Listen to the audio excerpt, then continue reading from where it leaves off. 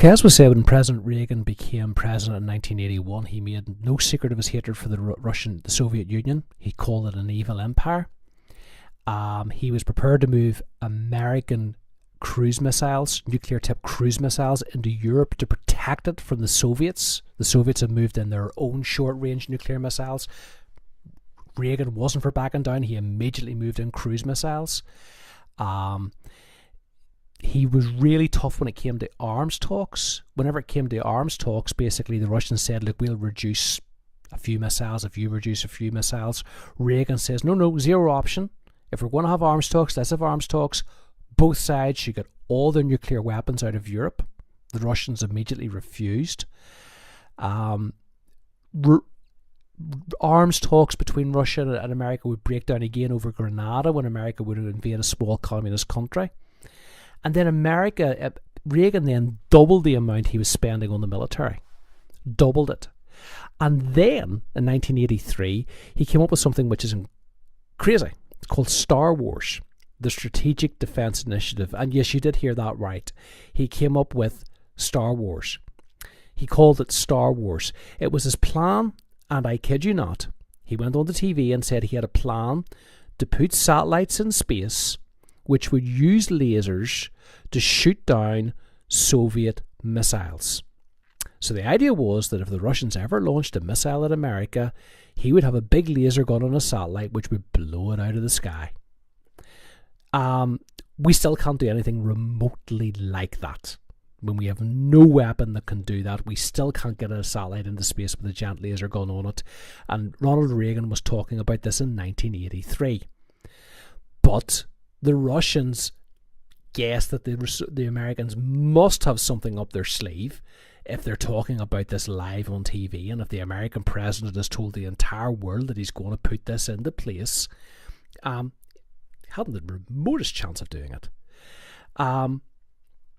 Eventually this would lead to the Russians and other countries boycotting Olympics. This is what both sides did at the time for some reason. I have no idea why, but if you fell out with Russia, you wouldn't play at the Olympics.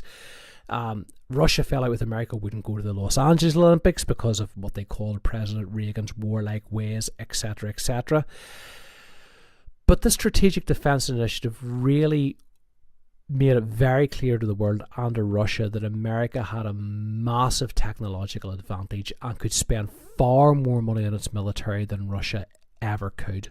Russia's military was much larger in many ways, but American scientific expertise when it came to weaponry was really ahead of Russia in so many areas, and this frightened the Russians. There was also in 1984 an exercise called Able Archer. Now, it was just an operation where NATO was training, where Britain and France and Germany and America would get their troops together and do a bit of training. But the Russians, for some reason, panicked and thought the Americans were getting ready to start a nuclear attack. Now, when President Reagan found out about this, when he found out that the Russians really thought that he would start World War III, he had a bit of a panic. Because he thought, I don't want a war breaking out. Neither side wanted a nuclear war. And so President Reagan, when he heard that the Russians were really panicked by exercise Able Archer, when they really believed that he would hit the red button and start a nuclear war, he thought, right, we've got to change things. He had certainly shown that America could be very strong, but what he needed to do now was find a way of making some sort of peace with Russia, because he did not want World War III breaking out.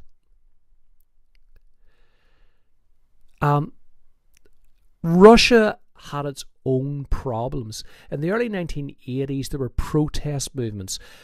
Spoke in the last little MP3 about the claims about the Helsinki Agreement in 1975, which said that people should have the right to free speech in Eastern Europe. And Eastern Europeans began to take that very seriously.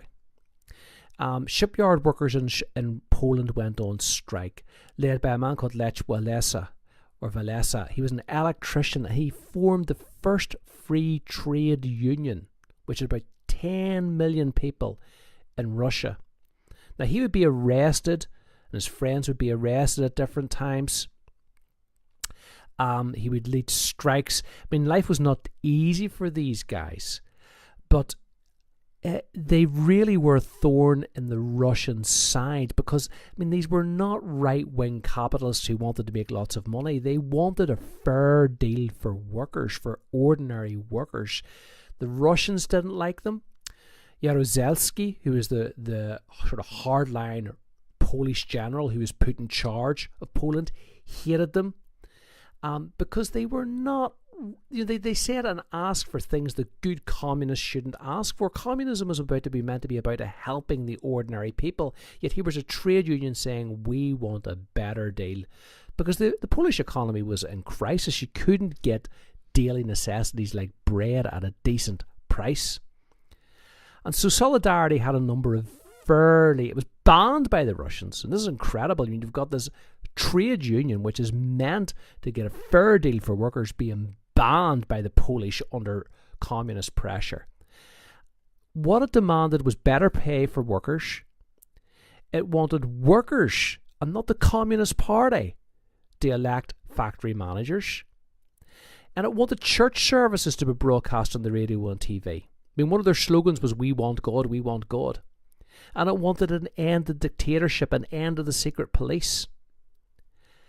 And Solidarity became, I mean, it led a huge strike in 1980, in a shipyard strike. The idea of people striking against communists was massively embarrassing. Always remember, communists are meant to make working people's lives better. Here are working people, 10 million of them in Russia and Poland, saying, we want something different. Anyway, the Cold War could have gone on for quite some time if it wasn't for one man. Despite President Reagan wanting peace, despite President Reagan spending more than Russia could spend, despite groups like Solidarity in Poland, there's one man in particular who helped end the Cold War, and that was Mikhail Gorbachev. When President Reagan increased America's military spending in 1984 by $32 billion, Mikhail Gorbachev, who became the Soviet leader in 1985, decided, look, we just can't keep up. We can't keep up. Russia is just so inefficient. Russia is just not working. Usually a factory in America or Britain will make as much as it can sell and will make the sort of goods that people want to buy in shops. In Russia, in communist Russia, the factories made whatever an official in Moscow thought the people needed. An official in Moscow would guess what the people would want, but not what they wanted, what they would need. And that's what the factory made. So quite often factories made things that nobody wanted. They could be very efficient, they could make lots of them. But they didn't make enough, toasters, and people really wanted toasters, but they would make lots of other things that people would never want. It was just massively inefficient. And Gorbachev felt, no, this has got to change. We've got to change this. And so he worked very hard to do business together with Reagan, met with him several times, met together in Geneva in 1985, and then again in Reykjavik in 1986. Reagan incredibly would not back down in Star Wars, which Gorbachev really wanted rid of. And it's extraordinary. And in 1986 in Reykjavik, Reagan offered to scrap all ballistic nuclear weapons, but he would not give up on Star Wars. And for that reason, Gorbachev would not do a deal.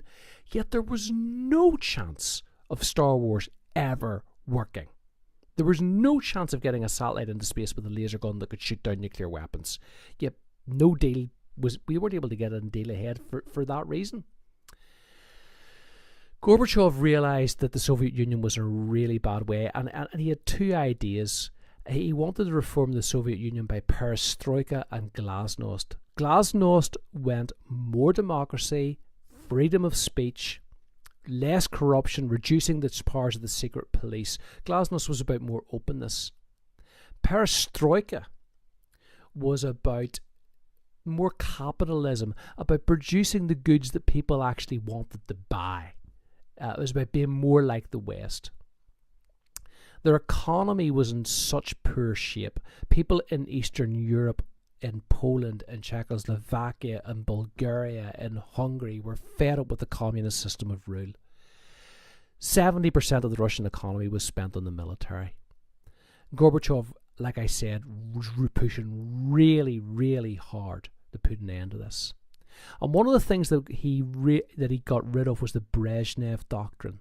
The Brezhnev Doctrine basically was, remember, 1968 in Czechoslovakia. The Brezhnev Doctrine was, if a country's communist, it stays communist. There will be no other parties allowed in that. You're not going to change how that country runs. Gorbachev basically came to the conclusion, we can't afford to do that anymore. We don't have the money.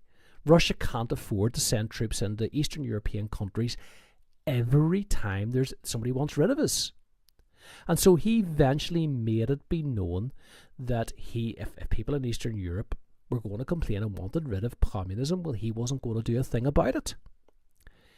1987, he was able to sign a treaty, the Nuclear Forces Treaty, with America to reduce medium-range missiles. 1989, he gets out of Afghanistan. And eventually, he was massively popular with the ordinary people. Massively popular. He was very popular in the West as well. And eventually, this would lead to the end of the Cold War, because by 1989, people in these other countries were pushing for free speech, were pushing to get rid of the communists. 1989, he met the new American president, George Bush, and Gorbachev and Bush together announced the end of the Cold War. And Eastern Europe got rid of communism with breathtaking speed. In Hungary, in 1989, in September, the Hungarian government said, right, we're not going to stop people fleeing into Austria anymore.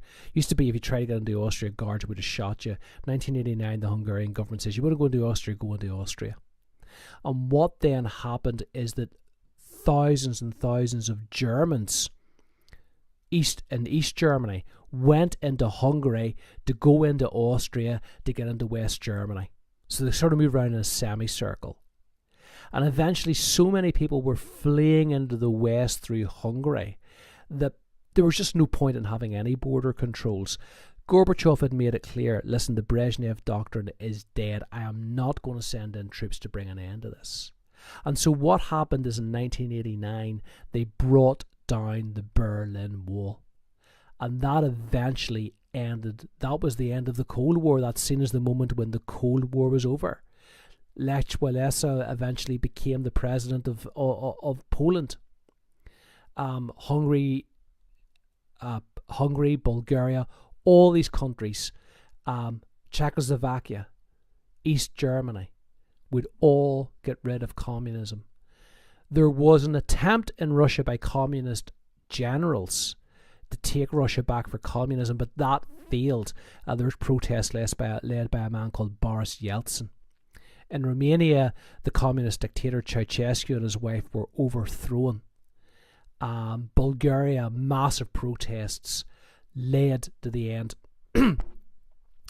of communism in that country. The Soviet Union said it would never, and it called this the Sinatra Doctrine, it would never interfere in Eastern Europe again. Countries could break away without fear of Soviet invasion. And so that saved Russia a huge amount of money. The Berlin Wall came down and there was German reunification in 1990. And that's the end of the Cold War. It's due to push for free speech in Eastern Europe. It's due to Reagan outspending the Russians. But it's also due to Gorbachev realizing that there was no point in holding on to a military dictatorship. Russia just needed to change.